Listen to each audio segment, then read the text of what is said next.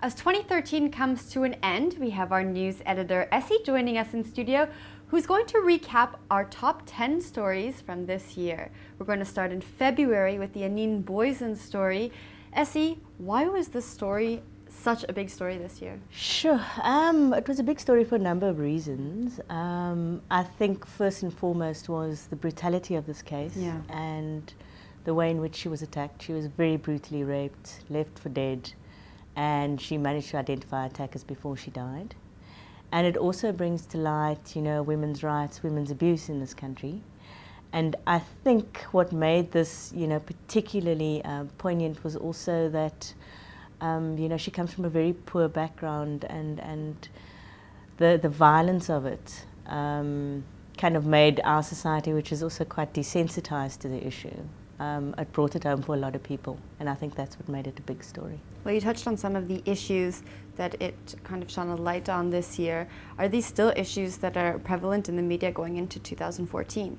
I think so. I think it's an issue we're going to sit with for a long time. It definitely got the conversation not started, but made the conversation bigger, so it will be interesting to see where we go with this. Sometimes these violent cases actually make people think, and maybe it will make people more proactive in terms of trying to do something.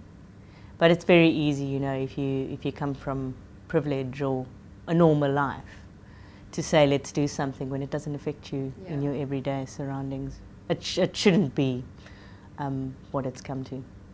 The next story we're going to touch on also happened in February, Valentine's Day. We can't forget this. It was quite a way to start out the year with Oscar. I know why this was a big story, you do, but let's just kind of revisit it. Well, it's got all the elements. Darling of the nation, top sportsman. He's hot, let's face that. Yeah. Beautiful girlfriend. And yes, speculation as to whether it was an argument gone wrong, or he apparently mistook her for a burglar. Who knows what happened? The only two who do know are Oscar and Reva, who is no longer here. And actually, ironically, I think it was a day before she died, or 2 days, she'd actually tweeted about Anine Boysen, about that case. I just got shivers. It's just surreal, really, to hear about that. And now we're going to move on to April. Who can forget Guptagate? Take us back to Guptagate, if you will. Oh my goodness. It's amazing what privilege can do for you in this country. Yeah.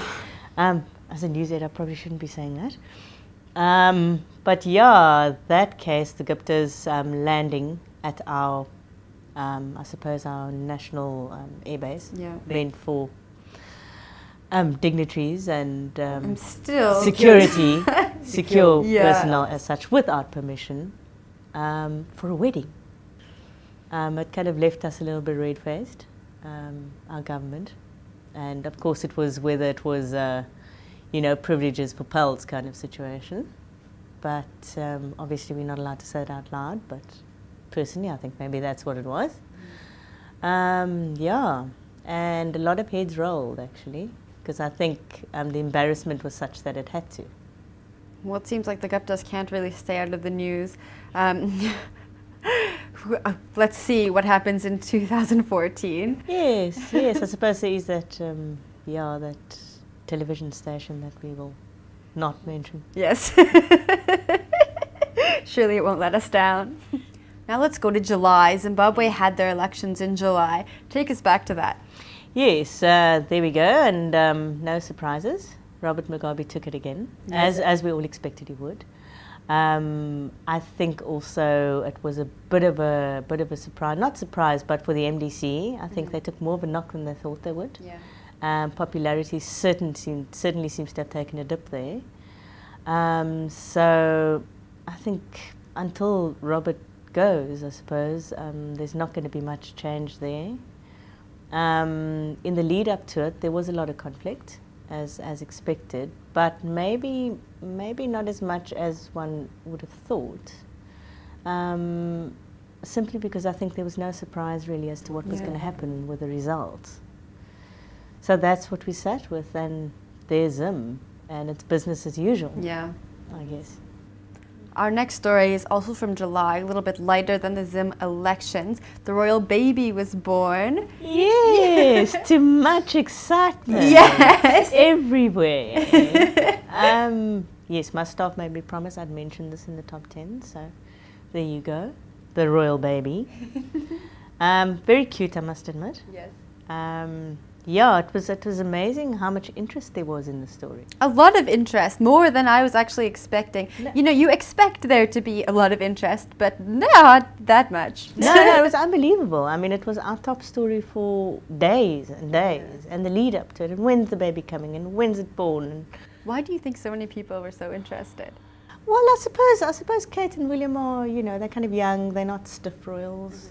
I guess, and maybe people feel they can relate to them in a way.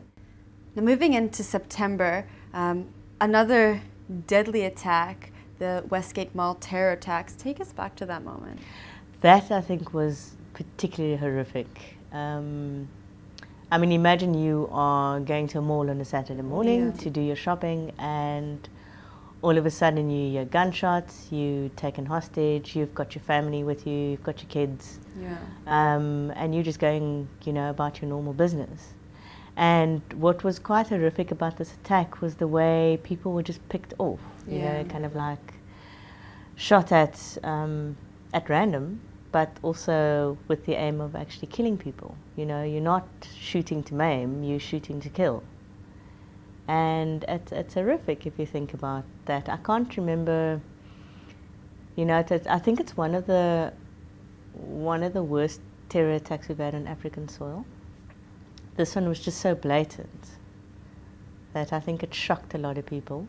And the footage and photographs that came out of kids running, you know, running around in the mall, being taken out by security police going in there undercover, and also the stories of heroism that came out of there, people putting their lives at risk to save others.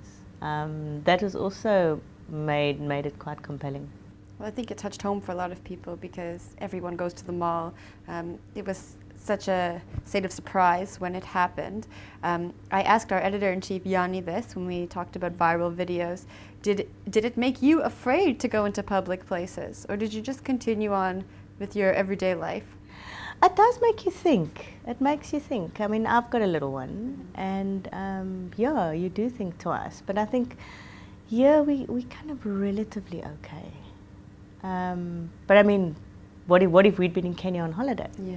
And just gone to the shop to get milk, or no, it's very scary. I think it was frightening for a lot of people. Now we're nearing the end of the year, into November, Typhoon Haiyan in the Philippines. We had one of our reporters on the ground after the typhoon hit. Take us back to that story. That story was quite, natural disasters always get people interested. Obviously depending on the scale, and the scales do vary. Yeah. And I think apart from the massive Asian tsunami a couple of years back, over Christmas and New Year, I think this one was probably one of the bigger ones we've had. And you know, with these kind of stories, it's always good to see how people rally, you know, various countries to help with aid and whatnot. But also, if you don't have the infrastructure, it's difficult to get aid to people. Yeah. And you always sit with that. And it always seems to happen in third world countries where, you know, people are already sitting without nothing and they get hit again. Yeah. Yeah, so that was a big one for 2013. And now we're going to move into e-tolls. Just why don't you take us to the beginning of e-tolls and where we stand now?